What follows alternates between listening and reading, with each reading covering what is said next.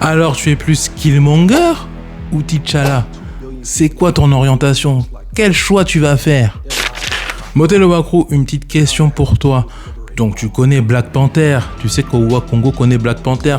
Wakanda, Wakongo, je pense que tu as compris les liens. J'ai une question pour toi, qui es-tu? T'es plus de la mouvance Killmonger ou T'Challa? Ben toi, je vais te rappeler c'est quoi la différence entre les deux.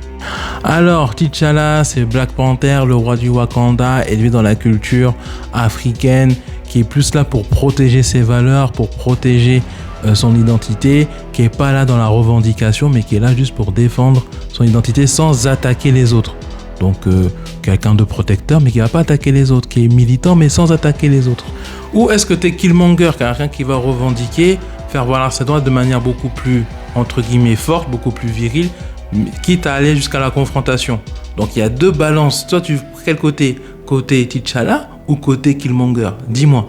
Là, j'utilise l'image de Killmonger ou de T'Challa, mais il y avait aussi différents mouvements afro-américains, panafricains pour lutter pour le droit des Noirs. Par exemple, on peut voir les oppositions entre Malcolm X et Martin Luther King, notamment. Et maintenant, c'est important de savoir, est-ce que ces oppositions étaient réelles ou c'est juste deux facettes d'une stratégie commune?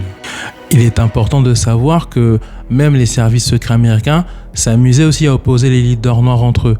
Par exemple, opposer Martin Luther King à Malcolm X, disant qu'ils n'avaient pas les mêmes visions du monde, qu'ils n'avaient pas les mêmes objectifs, ce qui faisait que même dans la communauté, ça crée des divisions. Ça te rappelle pas un peu l'actualité où on peut voir des mouvements noirs qui se bouffent le nez entre eux et qui veulent prendre le leadership, quitte à s'allier avec les adversaires pour faire tomber d'autres mouvements noirs.